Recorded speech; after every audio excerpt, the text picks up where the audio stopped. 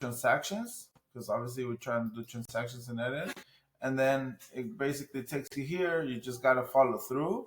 This is just to log in. Okay, so I have a valid membership. I click on it, and then after that, it takes you like a couple of clicks before it takes you here. Now, as you see, you can see all my, well, not all of them, but because you could go show more, you can see a lot of the transactions that I did. And right here's the fun part. You guys can see it, right?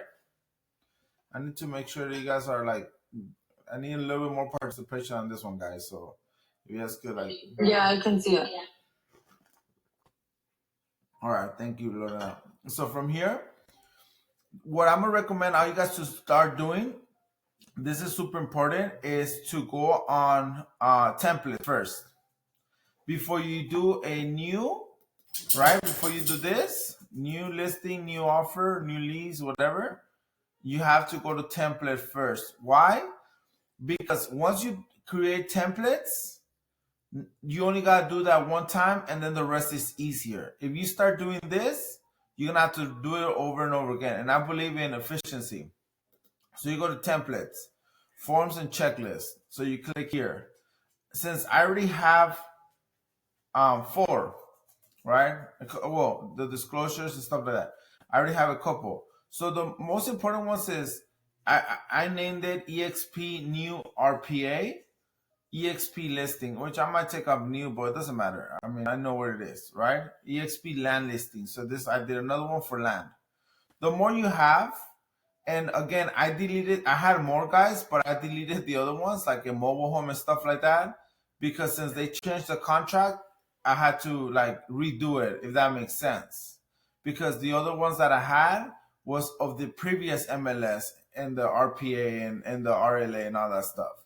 So right now we're gonna do the RPA. Believe it or not, guys, the listing agreement is a lot easier. Trust me. The more complex is the RPA. The listing agreement is a lot easier. So I'm gonna pretend like I created one, right? You put create one, and then you could put purchase, right? And then you name it, and then you put residential or or vacant land or manufactured home, whatever you want to name it, right? This one, for as you see right here, is purchase and residential, right? And then put do not automatically apply this template for the new transaction, or automatically apply this template for new purchase residential new transaction, or automatically. Either one, you could put automatically applied, and then right here you're able to like create. Well, right here you could select it and add it, or you could just like create your own one. Does that make sense? So once you have that and you put save, it's gonna pop up here. Let's pretend I put save. It's gonna pop up here. It's gonna take you to it. Okay. So I'm gonna go to it. I didn't wanna. So new RPA. So then it's gonna create these things, right? Oh, it's gonna be blank. It's gonna show you like this, but it's gonna be blank. So keep in mind that we said we're gonna do the RPA. That's what we named it, our new RPA. So we have to come here and we have to get the RPA. As you notice, I already clicked on it. So once you click on the RPA, because we're doing an RPA, RPA stands for Residential Purchase Agreement. You click here, it's gonna pop, is this one. This is gonna pop up, right? Now, I always like to include the BRBC as well. So you could put right here, after that, put BRBC, right? And then you click here, buyer representation and broker compensation. So you click here, and then this one pops up. Do you guys understand now how I have both of them here? Because once you do it, guys, it's going to be empty. But do you guys see how this is here now? Yes. Yes. Now, yes. Keep in mind that right now. Oh, you're gonna say something? Yeah, I created this also just because of switching to EXP. Yes. Okay. Perfect. So now keep in mind that there's so many forms. There's a seller counter offer, right? You see, there's a lot. Everything, all the forms you need are here, right? You could spell everything or you could use the abbreviation, right? Addendum, right? Everything is here, right?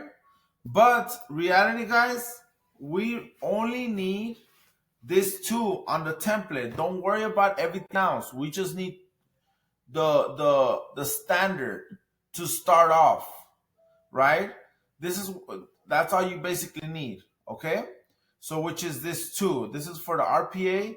If you need more sheets, now you could do like for a mobile home or for a land lease, it's different ones. You could create another template for a land, but right now we want to go through the RPA, or it's very easy to just add from here, right? But anyways, with that being said, I'm gonna have to hide this food away. Okay, so with that being said, you go to the RPA. Okay, so you click on it. Now, open on my workshop, my previous, you can start a new one. Let me start a new one so it could be from scratch. So then this opens up, right? Now, if you notice, the BRBC is here too. It's in the bottom. You have to drag it up so it could also be included for signatures. So now both of them are included. Now this is where we're gonna start going down the line. This is the first page. Right here, guys, this is what you gotta fill up. Right here is our EXP, right? EXP Realty of Greater Los Angeles. We have to put that down. And this is the license. And then you put your name, and this is the license. So Lorena asked me a question yesterday about, so this is the truth. Guys, real quick, where are we? So, because I want to see, guys, whatever. Lorena asked me a question yesterday. Oh, you guys can see me, huh? Lorena asked me a question yesterday about, hey, Luis, like, about like the whole, like, because she saw mine, her name, and I don't know, she was confused, like, and I think Mauricio put me first, like, but in an addendum, like, who the agent was representing, right? For me, guys, and everybody will know, everybody here will know, is a lot of people, a lot of other team leaders will tell you, oh no, I have to be the primary agent, because they want to get full credit and they don't care about your future. Simple as that. Straight up. I'm going to be 100% honest. Arthur is here to back me up. Arthur, am I lying or not? No, you're right, man. Like, you're right. Every single team lead I ever met in my life, I'm like, why don't you put yourself first, bro? It's your team. Trust me. They tell me all the time, right? I want to help you guys out. I want you guys to grow. I truly mean it, right? I'm not perfect. I'm not going to pretend like I'm perfect or I'm a god or whatever. I'm not. I'm far from that. But my point is, I truly want to make sure you guys become successful. I truly want you guys to be able to grow and have a record and feel proud of who you are, and not feel that someone, a leader, just because you chose to be with him in the beginning, or hopefully you guys stay with me because you guys see that I genuinely care, didn't take advantage with you whatsoever. So I always make sure I put you guys as primary and I'm secondary.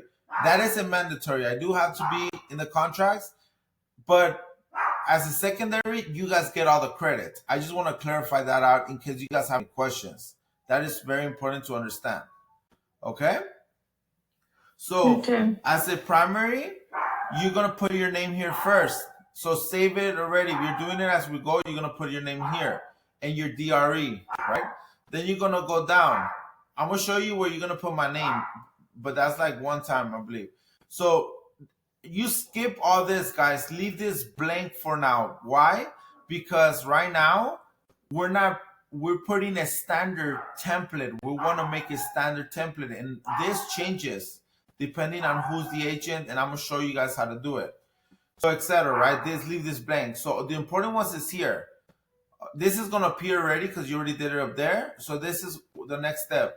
Close of escrow. Honestly, guys, I put standard 30 days because that's the standard. Initial deposit. I mean, I put 5,000. I should probably change it to 10. But I mean, I have 5. I gotten away with it a lot of times. So people ask me to put more. If my clients could do it, I put more. So this is, again, guys, standard, okay? I'm just going through the important things that we need to have. We don't know if it's an FHA or conventional, so I don't even like to click on this just yet. Because if I click FHA, the FHA sheet is gonna pop up here. So then we have to fill that one up too. So I leave it under VA as well. Okay, so that's that. So this is gonna show up like that. Leave that like that. Then you go to G1. Wow, seller credit. I leave that blank too because, guys, you don't want to accidentally put something extra that you don't supposed to, right? And then here is additional seller credit, right? Leave that blank too. So this is G3, seller to pay compensation, right? Always click on that. I don't know why it's not clicked. So right here, guys, the truth is you could ask anywhere from whatever the heck you want to ask, to be honest with you. But the way I see it is I like to see per transaction, right? If I see that I have a little competition, I usually go 2%, 2.5%. If I see I could get away with it, I try to get 3%, and I have gotten away with 3% multiple times. But for the safety of it, I'm just gonna leave it blank. Let's leave it blank 3%. Doesn't matter. I'll change it as I go, right? It just depends on the offer that I'm doing, but it needs to match the BRBC. So guys, I'm gonna tell you something. Only because you put 3% doesn't mean that the agent can't come back and say, "Nah, I'm only gonna give you 2," and that has happened, or 2.5. The way I see it is, I rather get paid and try to aim for more. But if whatever reason I get shut down because there's more offers or whatever, I rather open up escrow and move to the next one and get paid than dwell on this too much, guys. Back then you had no choice. For all you new people, you're seeing this as, oh my God, I could choose how much I'm gonna get paid. Yes, to a certain extent, yes, but ask Arthur how it was back in the days. People were going crazy because they're like, oh my God, we're not gonna get paid. Buyers don't even have enough money already. What's gonna happen? And people were going crazy because back then in the MLS, the listing agent put how much you're gonna get paid, and they always put 2%. It was rare when you got 2.5. You know, rare. Ask Arthur or whoever here was longer, or Adrian. I don't know if you got to see that, but back then they just put 2% and nobody ever fought it. Now, believe it or not, guys, we're getting paid more. I got in away with 3%. I got in away with 2.5%. You know, because depending on my offer, right? So obviously, one of my negotiations, I do try to say like, hey, what about if I get you this much? Could I get the 3%? And sometimes they say yes. They're like, no. Sometimes my client's not gonna give it to you anyway. So I'm like, okay, well, whatever, right? But I try to figure it out so I could also get paid more, right? Now there is people that say, okay, 2% or 2.5%, and then I'll have the client. I'll charge the client an extra 0.5%. By all means, you know, it's a choice you want to make, right? At the end of the day, you know, if you want to do that, you could definitely do that. Nothing wrong with it. But you have to also see your client situation. Some of them can't even afford the closing costs. So, you know, so just keep that in mind. Anyway, verification of all cash. So we don't need none of this right now because you have to read as you go, but verification of all cash, right? Is it all cash, right? Like, and then this is how soon you're gonna show it to them. Verification of down payment and closing costs, right? This is already standard. If you don't click on it, it's standard. So 3 days basically, or you could change it up, right? You click here and you change it up and you put a different day. But honestly, guys, I like to leave all this standard. It's sometimes better. Most of the time, you're showing them the verification of closing when you're writing the offer. Like you're sending proof of funds, you're sending Exactly. what is it? What did Gabriel gives a pre-approval, or you know, or DU, yeah. And DU is stronger than the pre-approval, guys, because it says that it's already been underwritten. So good job on that, Arthur. Yeah, and feel free to chime in. I know you've done this too a lot. Sometimes I might forget something or skip something. So what he says, true, guys. When you submit an offer, you have to send proof of funds, the pre-approval, or the DU, and the offer. Those are the three things you gotta send. Okay, so like we said, you already probably said it. Verification of final verification of conditions. Right. This is the This is essentially the VP. Right. When are you gonna do it? 5 days prior to close of escrow. That right there, guys. Again, leave it blank. That's totally fine. But the VPs essentially means that you're gonna make sure that the house is the same condition of how your client is buying, right? So the assignment request the same. Okay, now this is the three important things: L1, L2, and L3. Luis 1, Luis 2, Luis 3. Okay. So what is it? The loan, appraisal, and inspection. This is the most important ones, conditions. Basically, they're all kind of important, but this is right now one of the most important because this is what people focus on. How fast are you going to remove your loan contingency? How fast are you going to remove your appraisal contingency? And how fast are you going to remove your inspection contingency? This is from the moment you open up escrow. Guys, obviously, like, you could buy yourself some extra days, but if they send you a notice to perform because you haven't sent them this in 3 days, in 10 days, they could essentially cancel on you. So, but obviously, we're all in the best interest to close escrow, not to cancel. So sometimes they'll bitch at you, like, where's my contingencies? Where are my contingencies? You gotta write my contingencies. But it's annoying, but this is why it's important to make sure our job, guys, the truth is our job, we're like police officers for real estate. That's the best way to explain it. Our job is to patrol and make sure everybody follows the contract. This is why we're getting paid a lot of money. You want to say anything on that, Arthur? Yeah, I wouldn't even touch those, especially if you're new. Let as much time drag on as you can, but don't wait to the last minute to start doing these things. Like, if you get an escrow, call your home inspector the same day and be like, hey, I got an escrow. I need you to do a home inspection as soon as possible. Call Gabriel if he's your loan person. Be like, hey, man, what's up with the appraisal? When are they going to send it out? Have they signed their opening disclosures so we could get the appraisal out? And how is it looking as far as the clients? Are they moving fast on signing everything that you need to get loan approval? What's going on? You got to babysit. You don't have to babysit Gabriel so much, but you've got to call him and remind him, hey, I'm on day 1, day 2, day 3. Where are the clients at? Because that's who you got to babysit. You got to babysit your clients to move. Yeah, because Gabriel is going to do everything he has to do to make it work. But what I like about Gabriel is he'll tell you, like, hey, bro, your clients are not like signing or whatever. This or also, I mean, not so much Mauricio, because Mauricio does the disclosure, but essentially, yeah, too. So Mauricio will let you know, hey, let your clients to sign, tell them to sign.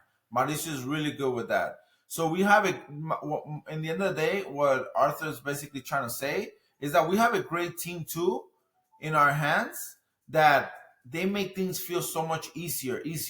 But it is our job, guys, to make sure we stay on track of this. Now you see here it says 17 days, 17 days, 17 days. I do agree with Arthur. He said to basically you could leave it as much as you can, but I'm gonna tell you something. When you're submitting an offer, the smaller terms here, the higher they like it, and the more they're willing to possibly accept your offer too, because you're showing that you're willing to get things done right away. Now, if I change my close of escrow to 21 days, then for sure I'm not gonna take 20 days to do this, right? It doesn't make sense because we're supposed to close in 21 days. So you have to kind of make sure you know. So even if I change this in 21 days, that means that I should be getting, I mean, the loan approval 14 days or less, or even less. But we do this just to show that we're strong. This is my magic number. I like 14, 12, and 10. I feel like me and Gabriel has made that happen. Sometimes he does pass it a little bit.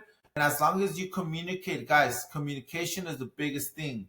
I hate, and most top producer agents will tell you, I hate agents that don't communicate with me and are hiding stuff, because you sound sketchy. Like, why are you doing this? And you're lying. or trying to find an excuse, and now I don't trust you because it's kind of like, well, how do I know you're gonna close? But when you communicate, hey, this is where we're at. Hiccups happen all the time, guys, and I know I've been through it. I've been in the side of doing the hiccup. Not that it's nothing wrong, not that we're not gonna close. We just need more time. I'm sure Arthur's been in it plenty of times. But when someone's being around the bush and is trying to like lie about stuff, right? Instead of, hey, this is the hiccup that we have. We're gonna close. We just need 2-3 more days. Perfect, no problem. You know what I'm saying? Does that make sense?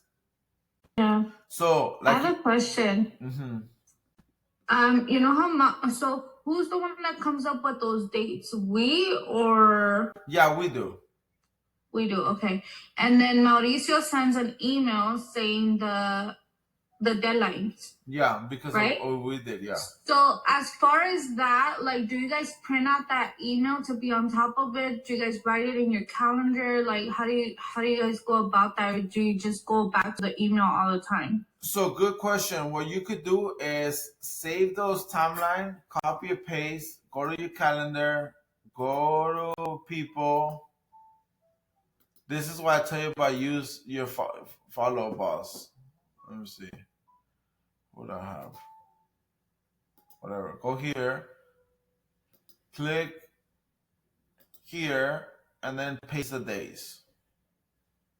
And now you have him on that person's name.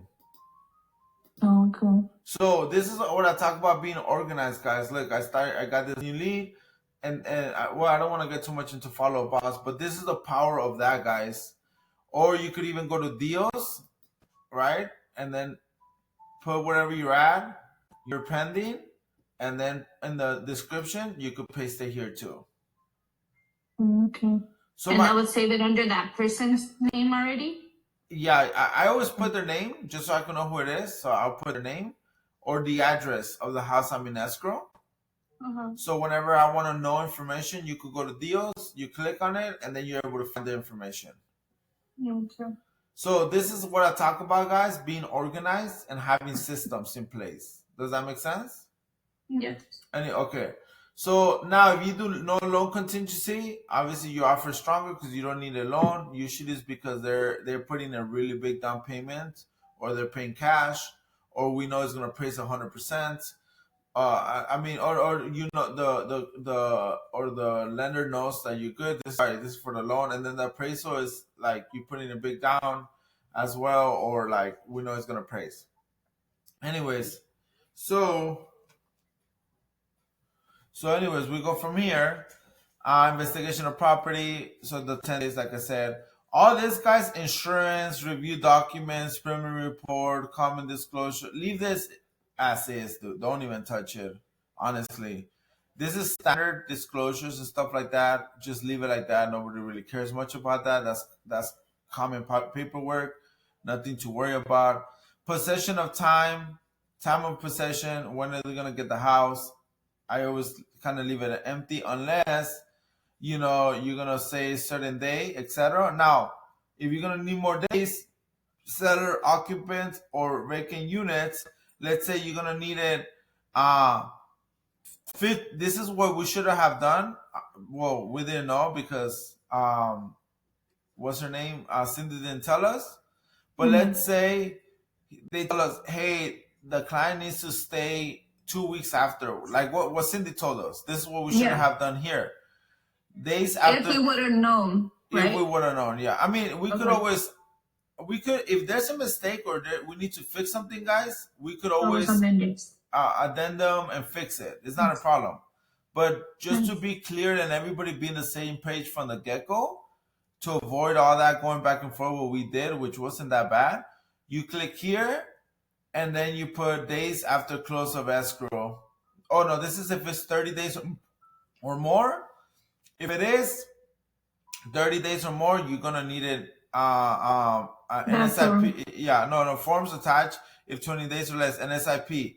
If it's a 30 days or more, you're gonna need the form RLAS, which is a like residential like lease agreement. Right? So the SIP says seller in possession. So that means that the seller is going to stay in possession for 29 days or less. So for you, it would have been Oh, but don't click on this right now though. I'm just showing you like when Yeah. you're leave this blank. But for you, once we go to the contract, you would have clicked here and put 14 days. I just want to move through what we should fill up right now, guys, on the template, and then I'm gonna go on contract and then do one kind of with you guys. So then you go through here, leave this all blank. Honestly, guys, on P1, here in item 9, honestly, right here is gonna say what do you want included. I always include the stove, dishwasher, microwave, and then this is also included. Now that's kind of standard what I do, right? Because not everybody's gonna give a refrigerator, not everybody has a washer, dryer, and etc. Right?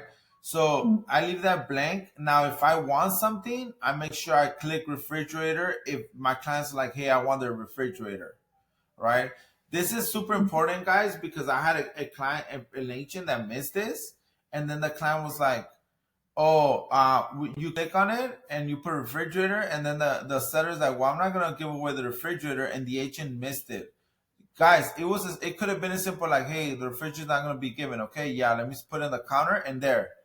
But the agent didn't check this, didn't tell the client. The client missed it, and then the buyer's agent is like, "Hey, don't forget to leave the refrigerator." Oh wait, why? No, my clients wanted. Well, it's in the contract. I asked for a refrigerator and you took it, and now they're in trouble, guys. They can't take the refrigerator. Or else they get sued. Yeah, I mean, you could get sued. Yeah, exactly. It's like a whole. I mean, it's a whole headache. So natural hazard, disaster, seller, environmental, or seller's choice. I always put seller's choice on that.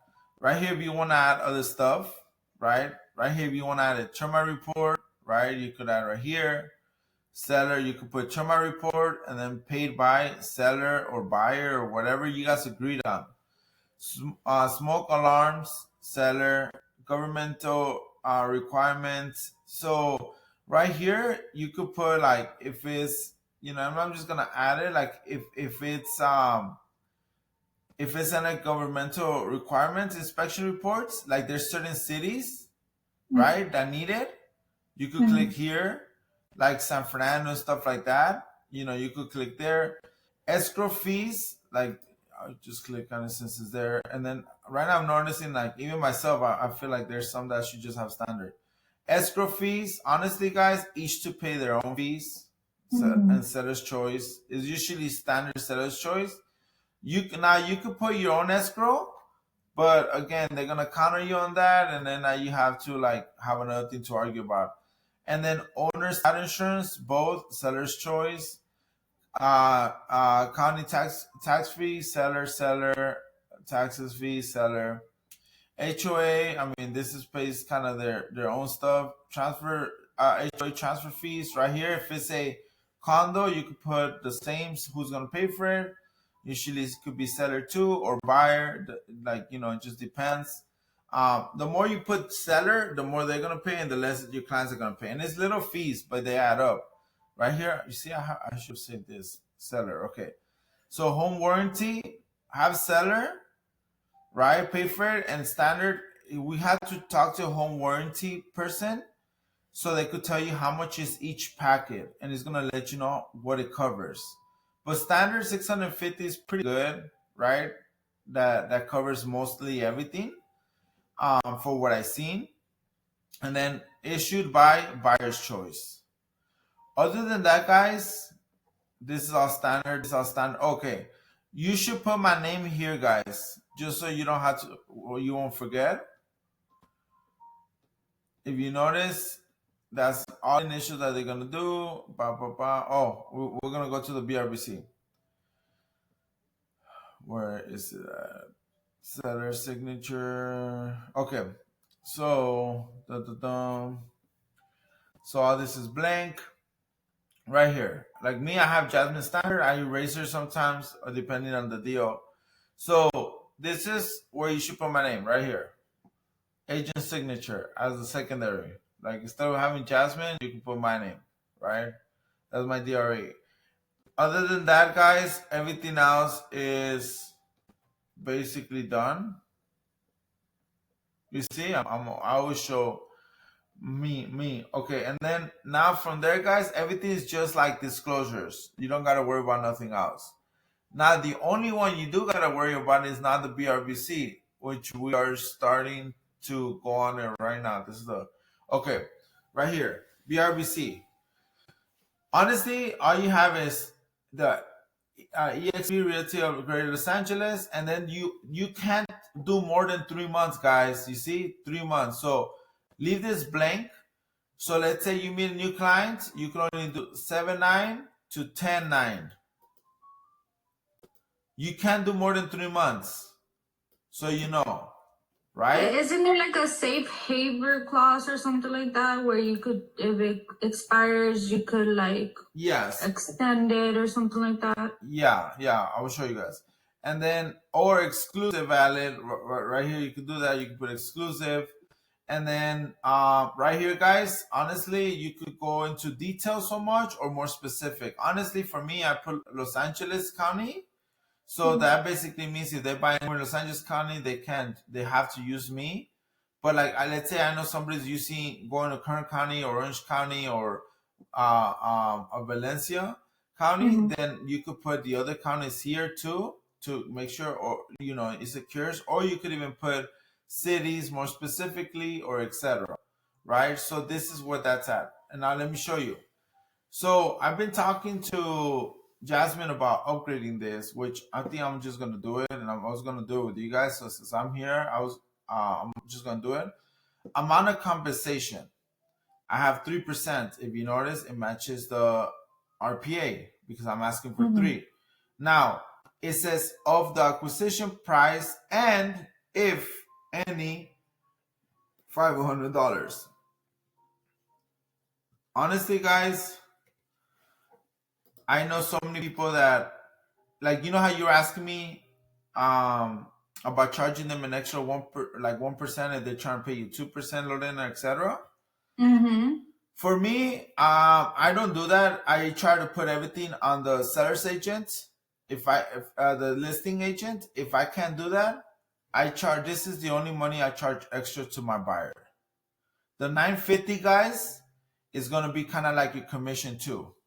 What I mean by that is that you're gonna charge $950 directly to the client. You could put to the client $950. So those $950, guys, is beautiful because it will go back to a split. It will be part of the commission. So you could legit pay Mauricio with those $950. So it's not coming out of your pocket. Essentially, your client are paying for it, and on top of that, you're getting paid more for it. Does that make sense? So you're essentially getting paid more. Those you're saying more because the Mauricio charges $390. $390, so the rest you're pocketing it in it. That's what you mean. Exactly. Awesome. So you cap faster, so it's like almost $600 more. The way I see it is that's what that is, So you charge you more. So, and it helps you pay for all the stuff that we gotta pay, So I'm gonna raise it to $950. Honestly, there's not a lot of fees with EXP compared to other brokerages. Like, I was talking to a few of my friends, and I was seeing how much the brokerages charge. I've been to other companies. I'm like, damn, they're charging the client an arm and a leg. Especially right now that we could get them closing costs, we could still put it on the seller. But we could use that money to kind of like flow it a little bit to us. And this is the truth, guys. And I'm gonna be 100% honest. There's gonna be situations that you're gonna have to. We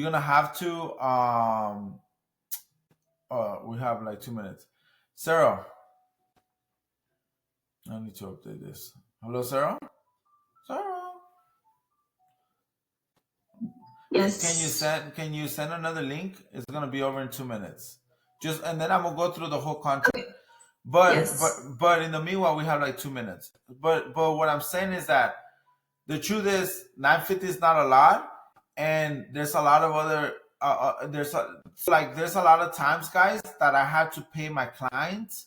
Or like, for example, Cindy, how many times did she paint her client's house? Do you think he appreciates? No, he didn't, right? So if he would have charged an extra $950, you know, there we go. She would at least got some of It the would money have back. covered, yeah. So there's a lot of stuff that we do, guys, and basically that's all it is. There you go. So she's gonna send another link. I'm gonna go through an RPA and actually fill everything up now that you see the standard information here. Okay? And just quick question: is this class recording? Yeah. Right. Okay. Beautiful. Thank you. Yeah, I'm gonna have everything now. I'm gonna be sending you guys everything. So the next I'm gonna jump off now. So no worries. Thank you. Appreciate you. Yeah. So send us another one, Sarah. It's gonna be done in 51 seconds.